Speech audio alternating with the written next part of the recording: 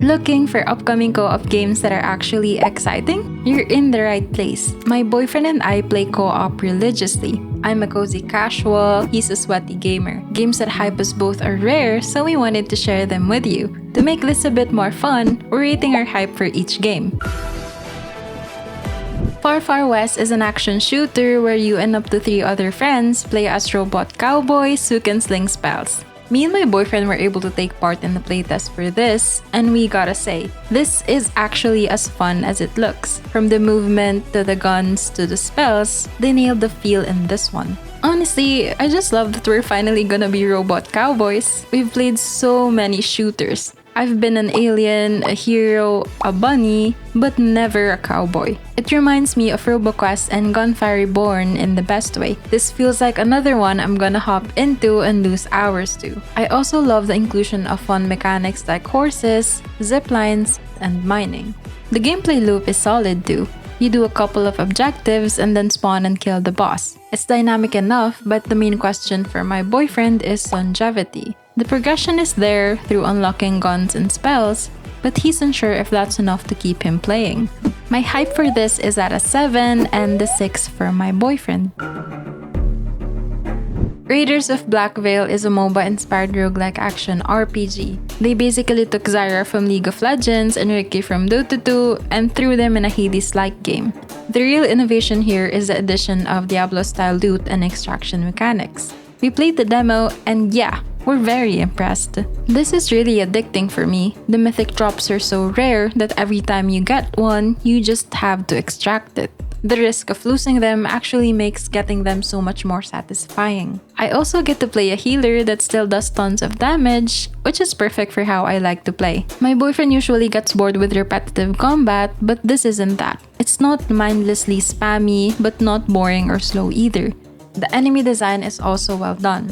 The attacks are well telegraphed and they're challenging enough for my boyfriend. The perk system is also worth mentioning. They're like boons from Hades, but honestly better. They have rarities and they add a lot to your kit, like being able to pull enemies whenever you use an ability. Our Raiders hype is off the charts. Yes, it's honestly that good. We're doing a video on this when it releases this December 15, so stay tuned for that. Witchbrook is what you get if Stardew Valley and Harry Potter had a baby. It's a witch life simulation for up to 4 players with magic classes, friendship, romance, working jobs for your tuition, selling your craft. Even traffic is fully simulated. This was initially announced in 2016, so this was our reaction when Chucklefish finally gave us gameplay and a release window. Oh my god! Okay, it's happening! Everybody stay calm! What's the procedure, everyone? What's the procedure? Stay calm!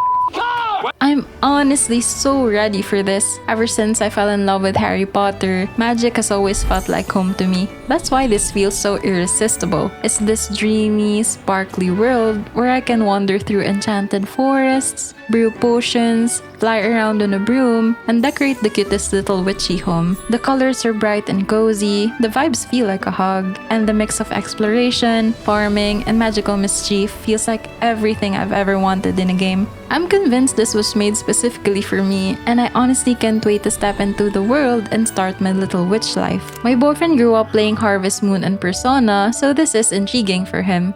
It's shaping up to be a game he hasn't seen before. He's usually not a fan of pixel art, but this looks detailed enough to win him over. Witchbrook gets an 8 from me and he's at a solid 6, which for him on a cozy game is basically a ringing endorsement.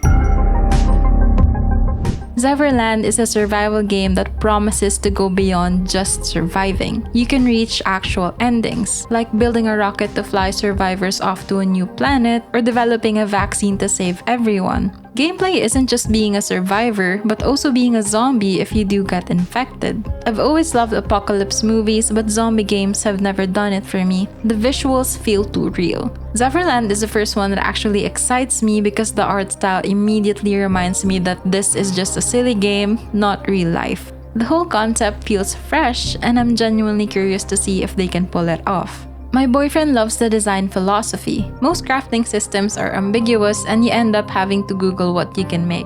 Zeverland deviates by rewarding common sense and imagination instead. A metal pipe and a dumbbell? That's a hammer. A tire pump and fireworks? That's a bazooka? And he's obsessed about vehicle customization.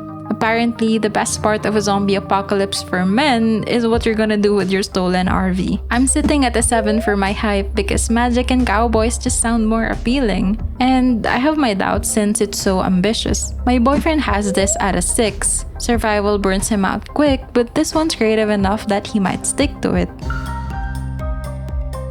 Light No Fire is a game about building, survival, and exploration. It's looking similar to something like Enshrouded in Valheim, but with a catch. This takes place on an Earth-sized planet modeled after classic fantasy worlds. Hello Games, the No Man's Sky people, is claiming that this is the first truly open world with no boundaries. I'm honestly just obsessed with this one. The dragons, the animals, the idea of flying across an entire planet on the back of something massive. I love exploring, but what really pulled me in is that this blends animals, exploration, and action in a way I haven't seen before. Giant birds, unique wildlife, dragons, the world building potential feels insane. I'm so curious how we'll find and tame them and what other creatures might exist. It's ambitious and I have tiny doubts, but I'm really rooting for them to pull this off. My boyfriend didn't really vibe with No Man's Sky. Felt like exploration for exploration's sake. But this has actual combat, which changes things. What really intrigues him is the idea of thousands of players scattered across an entire planet. We don't know how multiplayer actually works yet, but if they nail that, this could be something special. I'm giving this a 9. Honestly, it's a 10, but I'm deducting 1 so I don't get my hopes too high and end up disappointed. He's at an 8. This might actually be the next step for survival games, and he's always hyped for games that are trying something new. Den of Wolves is a heist shooter from the creator of Payday and GTFO. It's got this techno-thriller vibe inspired by Inception and The Matrix. The big thing they're doing is splitting the game into 2 groups. One plans the heist, the other supports it. Honestly, we still don't know exactly what that means. Frankly, neither of us has played Payday or GTFO, but for me, I'm not as hyped for this as other games because, well, I like shooters that have a lot more movement, and this one requires you to be careful and calculated.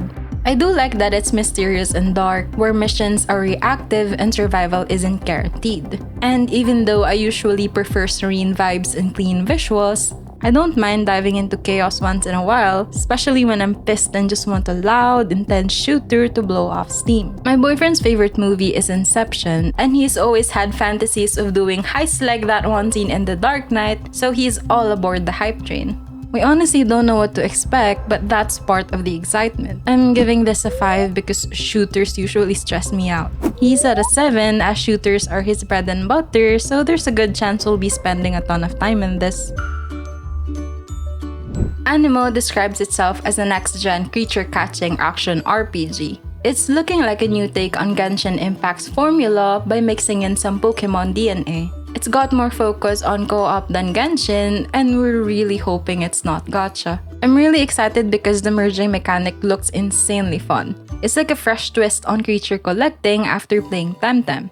The world is vibrant, the creatures are adorable and creative, the gameplay has that familiar Genshin-style movement and energy, and combat looks fast-paced and lively. Overall, it just feels like a bright, creative adventure that I'm genuinely looking forward to experiencing. My boyfriend had his time with Genshin, but co-op was pretty empty. Hearing that co-op is actually a focus here got him interested. He's skeptical about how the combat will feel based on gameplay, but other creators are saying good things about it. Plus, yeah, he likes cute creatures too. Even tryhards have soft spots. I'm giving this an 8 mainly because I'm scared it might be gacha, but I truly appreciate it when devs try out something new.